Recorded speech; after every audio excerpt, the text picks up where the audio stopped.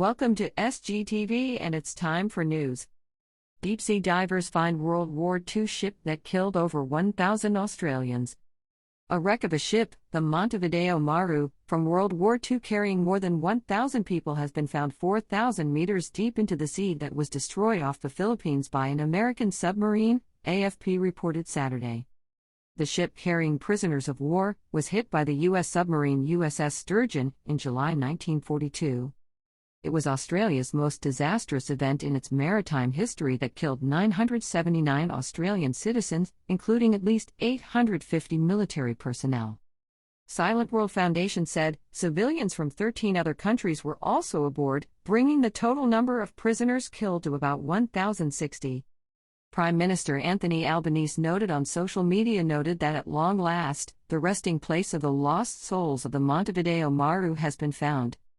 He also said among the 1,060 prisoners on board were 850 Australian service members, their lives cut short.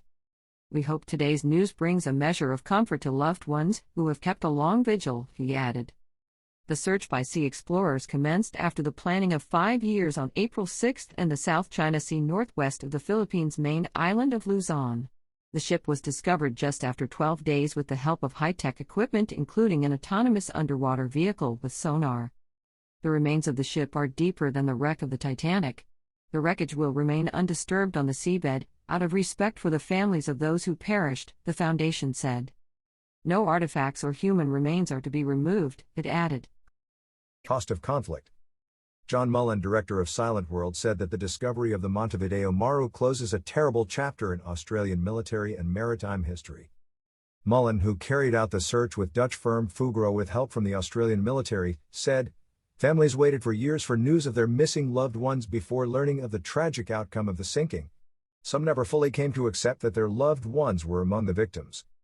Andrea Williams was also part of the search mission, whose grandfather and great-uncle were civilian internees who drowned with the ship.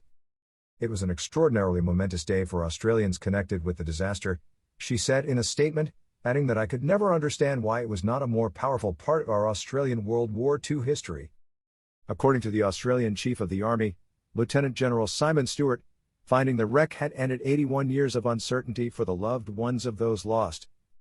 He also highlighted that a loss like this reaches down through the decades and reminds us all of the human cost of conflict.